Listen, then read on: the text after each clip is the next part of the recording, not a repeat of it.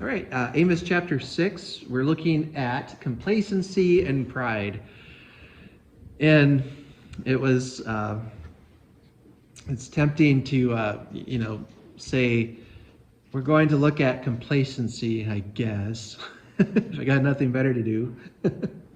Right? Complacency really appeals to our flesh, that desire to, I don't want to do something that's hard. I want to just rest and relax and enjoy my life of ease.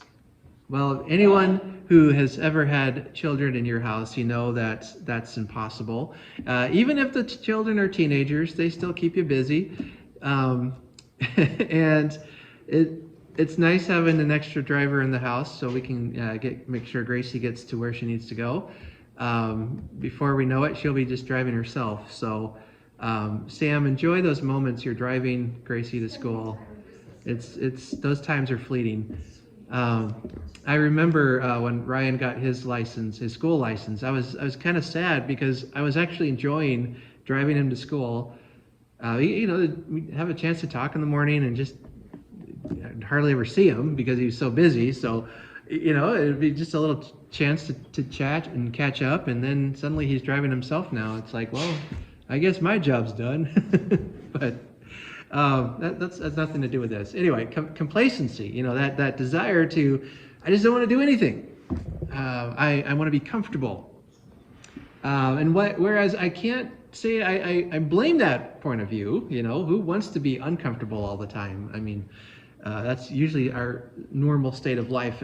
At some level, there's pain. I've got a pain here or there. I've got difficulties I'm dealing with. I've got problems. I've got hard work I got to do. I've got things I'm not looking forward to. It's all there's just hardship. It's part of life. And Jesus tells his church, he says, to be prepared because things are going to be hard. That's my translation of what Jesus said. He said, don't be surprised if the world hates you because they hated me first. And the servant is not greater than the master, so if they hate Jesus, guess what? They're going to hate us. It's going to be difficult. And there are times where standing up for what's right and doing what's right has been easy. There have been times where it's been hard. And I think as the years go by, it's going to be harder and harder to do that.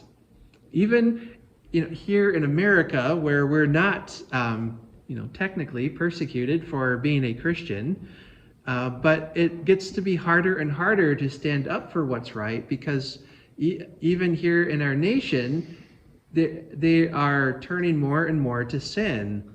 And when you speak out against what is popular, you tend to receive pushback on that. And I think we'll see more and more of that as the world as a whole continues to fall further into sin. The church needs to stand and speak the truth. And that decision means it's going to be difficult. It's going to be hard. But that doesn't mean we shouldn't do it. The Israelites have, especially the rich elite that we have noticed and have been talking about, that God has been especially speaking judgment against, we find them reclining in their life of ease and boasting about themselves and feeding upon themselves the sense of pride and arrogance and not humbling themselves before God and not submitting themselves before God and not helping those who are in need, but instead preying upon them and taking advantage of them. That's where we find Israel in this passage now, as we'll look at, first of all, Zion and Samaria described. What I want to do is walk through these verses, and then I'll make some application at the end.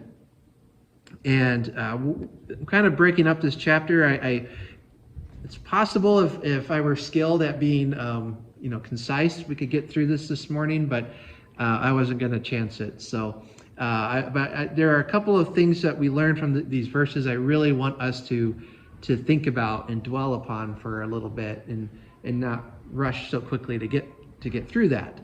But who are they? What are they doing here? We'll see that first of all, we'll look at their complacency. He begins in verse 1. This is the fifth message of woe that Amos brings from God to Israel. And he says, "Woe to those who are at ease in Zion, to those who feel secure on the mountain of Samaria, the notable men of the first of the nations, to whom the house of Israel comes." So God speaks to Israel, and in this case, he's also including Zion. He's including Jerusalem. That's another name for Jerusalem. So he's now looking at Israel as a whole, but specifically, he's looking at the northern kingdom. And he speaks to those who are at ease in Zion. They are laying about getting fat and sassy, as we like to say. They are feeding upon the poor. They are exalting themselves, and they're just, at ease. They are relaxed. They are reclining. They are not worried about anything. Meanwhile, the world around them literally is out to get them. They are on their way to eternal judgment, and Israel doesn't care. They, at this point in their history, they were concerned about themselves and about reclining in ease.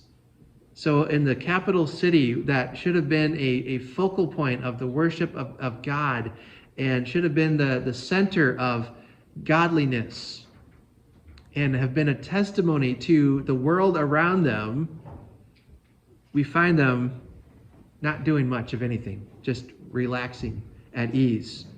There's certainly nothing wrong with rest. God himself, it says on the seventh day of creation, that God rested, that God ceased from his work.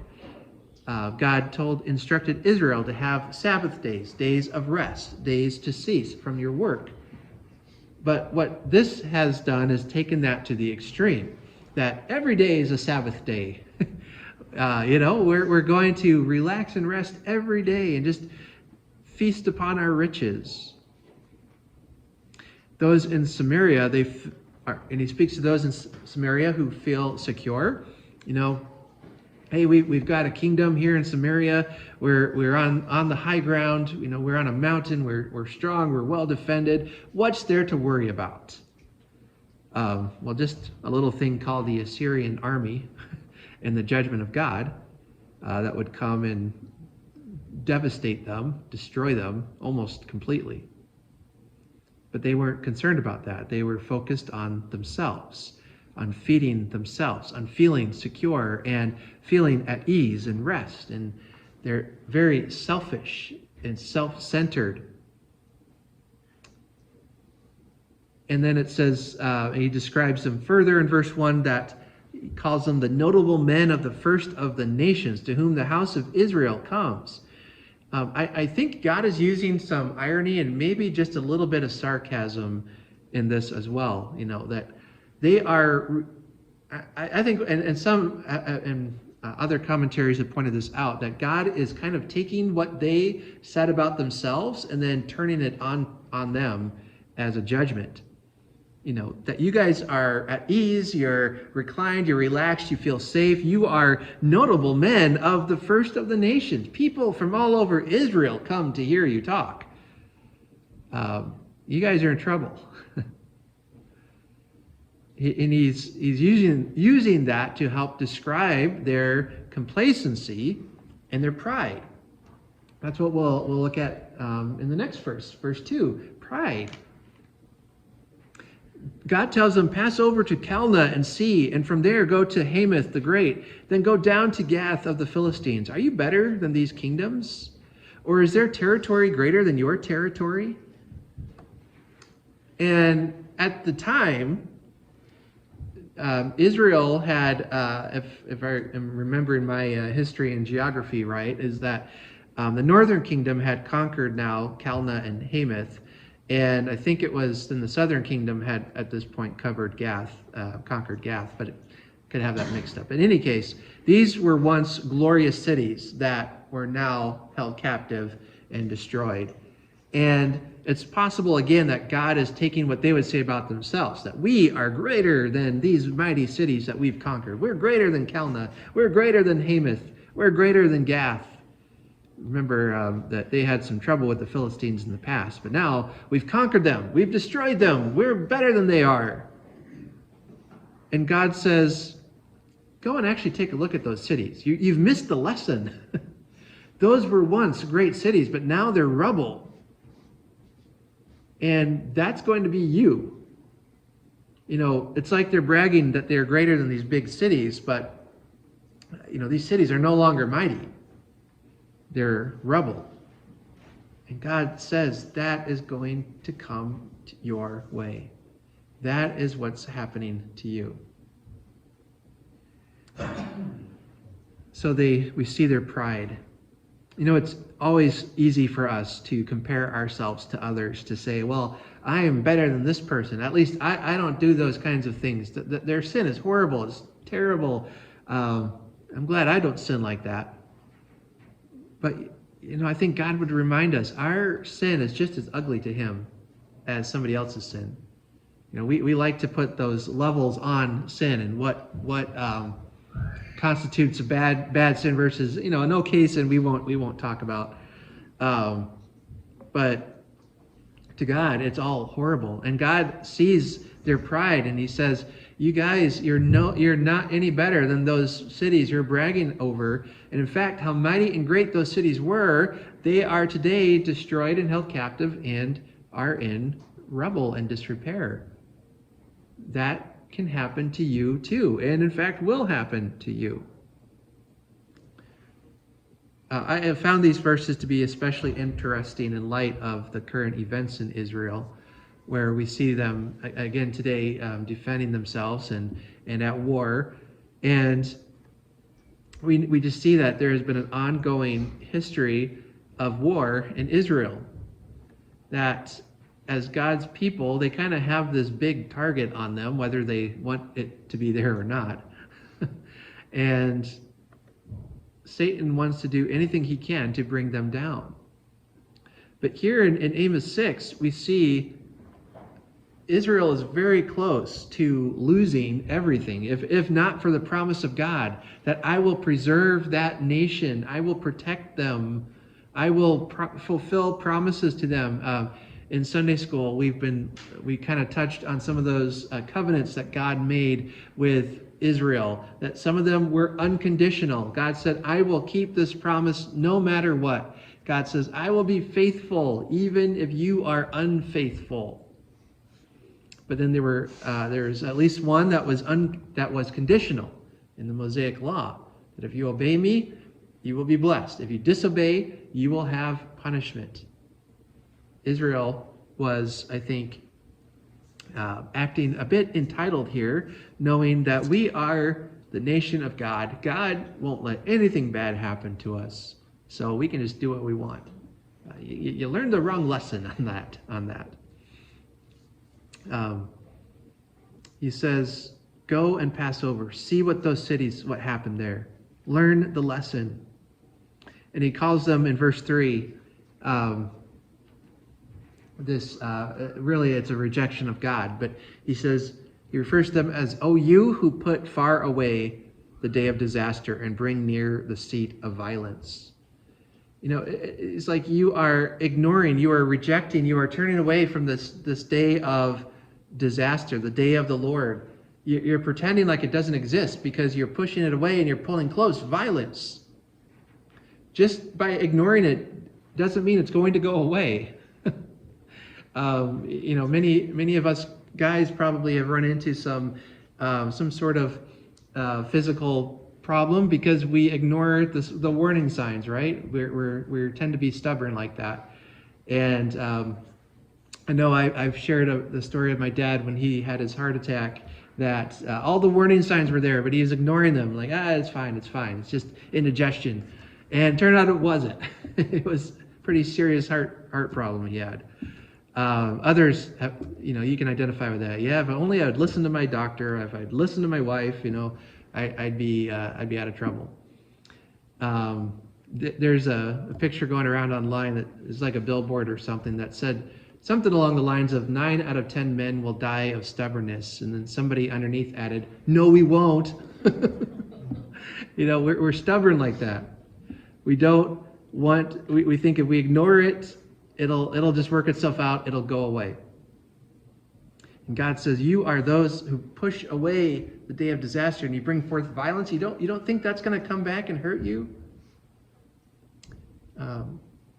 God says it's a very serious matter. It's a very serious matter. So let's we'll come back to that here and some of the lessons from that. But as we continue on, let's go ahead and look at the rest of these verses here, possibly a little bit quicker than that. We get some repetition of their descriptions and of what they were engaged in with complacency. So that this luxurious indulgence that they had. In verse 4, it says, "Woe to those who lie on beds of ivory and stretch themselves out on their couches." Could be speaking towards laziness. Some think it actually goes even farther to immorality, that they are stretching themselves out to commit immorality. They eat lambs from the flock and calves from the midst of the stall, speaking about the tenderest, the most tastiest food, the best of the food that they're going to eat. Who sing idle songs to the sound of the harp, and like David invent for themselves instruments of music. Who drink wine in bowls and anoint themselves with the finest oils. They are trying to kind of mimic and copy David. They are singing idle songs. They're just almost like amusing themselves idly, and I suppose I can make all kinds of applications there about how do we spend time in amusement versus doing what God calls us to do. But he says, you're trying to be like David. You're inventing music, but it's for yourself instead of for God. I found verse 6 interesting, that who drink wine in bowls. This idea that they are engaged in gluttony. They are engaged in, you typically would drink wine in a cup. I don't drink, so I'm going to go out on a limb, though, that if you are drinking your wine from a bowl, you've got a drinking problem, okay? They're just gluttons. It's possible it's speaking of idolatry, ceremonies and things too, but I think to me it pictures this idea of gluttony. And they anoint themselves with the finest oils, these things that make your skin look nice, that they have medical benefits to it, including taking care of any lice you might have, things like that are beneficial to them. So they are living the high life, right? They are at the top of their world. They have all of the riches and splendors around them. They have all of the all that they could ever ask for. And yet, it says, you are not grieved over the ruin of Joseph, that your nation is being destroyed and you don't care. The nation of God who made promises to Joseph, to Israel, you don't care. Your nation is in ruins and is going to be in ruins, and you don't care. That's their state, this luxurious indulgence at the expense of caring about any of their fellow brothers or sisters in Israel. They only were focused on themselves. They were full of complacency and pride. And so we see that thirdly, judgment comes in verse 7. And this will be expanded on more, probably not next week. I've got something else planned for next week, but when we get back to this. It says, therefore, They shall now be the first of those who go into exile, and the revelry of those who stretch themselves out shall pass away. That your revelry will come to an end. You want to be first among your people, God says, okay, you get to be the first ones to be pulled into exile. You want to be number one. You want to be the top dog. Well, that's the one, once you remove the head, the rest of the body falls, right? So God says, you guys are first. You're going to be torn into exile, pulled into exile, thrust out of your nation, held captive by the evil and wicked Assyrians. They were coming, and they would decimate Israel. This is a pretty bleak outlook for God's people. So again, I would remind you that the end of the story is good. There's reason for joy because God is keeping his promise, and we see hints of it throughout Amos. But God keeps his promise, even the promise of judgment. Some things I want us to consider this morning. I've got some scripture passages listed there for you. First of all, let's look at James 4, verses 8 through 10.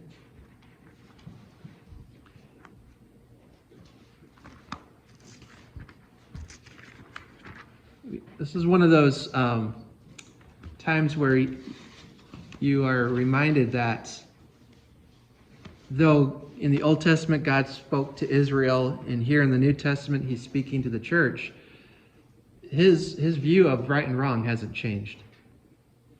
James 4, verses 8 through 10 say, "Draw near to God, and he will draw near to you. Cleanse your hands, you sinners, and purify your hearts, you double-minded. Be wretched and mourn and weep. Let your laughter be turned to mourning and your joy to gloom." Verse 10, I'll go ahead and add that too. I guess I did have it down. "Humble yourselves before the Lord, and he will exalt you." A verse that we've looked at within the last year or two, and I know I've mentioned before, but this, he's talking about for Christians, even at this time period, they were following some of the same problems Israel had. And he says, you need to get serious about your sin. You need to treat it with all the seriousness that it implies.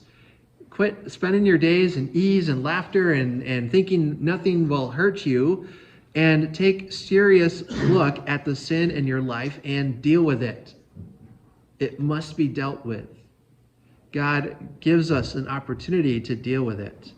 He will even go on later to say in James 4 that whoever knows the right thing to do and fails to do it, for him it is sin. If you know what's right and you're refusing to do it, you're sinning.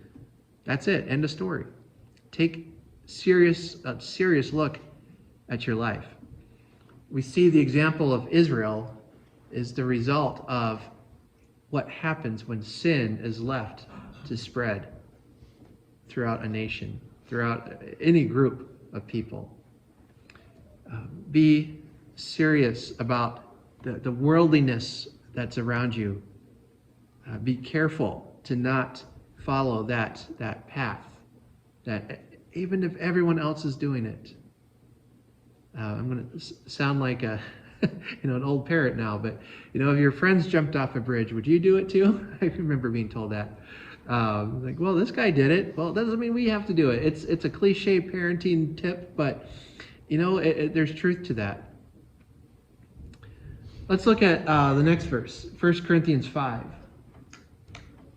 What's great is though that God has promised to help us. When we stand for what's right, and the world will respond and react to that, but God says, I'll be with you through this. I'll help you through that. 1 Corinthians 5 speaks to tolerating sin when they should be opposing it. 1 Corinthians 5 verse 1, Paul is writing to the church. He says, "It is actually reported that there is sexual immorality among you, and of a kind that is not tolerated even among pagans. For a man has his father's wife. And you are arrogant. Ought you not rather to mourn? Let him who has done this be removed from among you. So you got to go pretty deep to be sinning in a way that even the pagans say, you know what, that's just too much for me. And that kind of sin was being found in the church. And Paul, he isn't pulling his punches here. He says, you are arrogant. Why are you allowing this to happen? And continue on. He says, you are living in pride. You ought to be in mourning. That this person ought to be removed from your midst. Treat it seriously. Because otherwise we run the risk of not learning the lessons from the early church or from Israel. To just say, oh, sin, that's okay.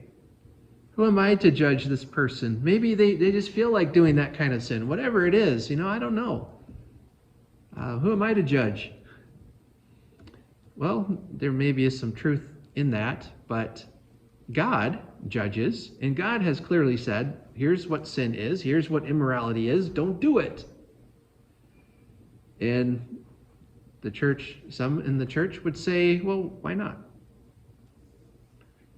Paul says, you are arrogant. Treat it carefully, because this passage is a good one to study in that regard, because even a little bit of sin, or a little bit of leaven, Paul illustrates in verse 6, it leavens the whole lump. So to be clean, sin has to be out. We have to take it and deal with it seriously.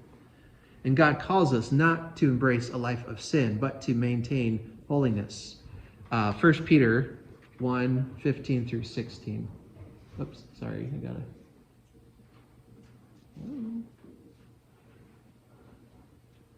I guess my slides are done. Okay.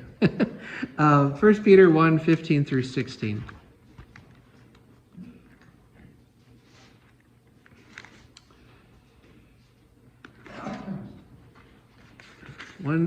First Peter 1, 15 through 16.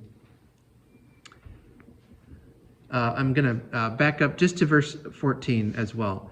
1 Peter 1, verse 14. He says, as obedient children, do not be conformed to the passions of your former ignorance. Don't live like you used to. You're a child of God now. Live differently. Because he says, but as he who called you is holy, you also be holy in all your conduct, since it is written, you shall be holy, for I am holy.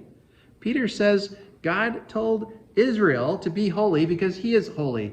And now today, as God's church, as Christ's church, we are to live holy because God is holy. Different group of people, but same God. Different situations, but same morality, same principles. God does not want sin to be the future of his people, or to be what controls his people. He has saved us from that so that we might live lives of holiness. Because to turn away from God's holiness is to embrace judgment, which is something that God has saved us from. It would almost be like we were there watching Christ hang on the cross, and we join in the crowd and yelling at him and spitting on him. Well, he looks at us and says, I'm doing this for you. And you turn your back and say, I don't care. Not something I would recommend doing. But truly, when we follow sin and are engaged in especially the continual habitual sin of the church that was found here in the early church, that's not what God planned for his people. He said, I want you to be separate. Come out from among them. He told that to Israel. Come out from among them and be ye clean. That's how the church is described as well. We have been sanctified. We have been set apart for a holy purpose, and that is to live a life that's holy and that brings glory to God. These are lessons that we need to learn from Israel and even from the church. So take time to examine your life. God calls us to repentance. God offers forgiveness. even to his children who are stubborn. I don't know about you, but I can be a very stubborn child. Don't ask my wife about that. But I know I'm not your child, but I'm like the fourth kid there, I know, sometimes. But, we can be stubborn, right? Don't be stubborn. Submit to God. Draw near to him. Be changed by him. Let him change you. Say no to sin because it will not lead anywhere good. Temporarily, you might say, well, this is the life. I can do what I want. You're basically repeating those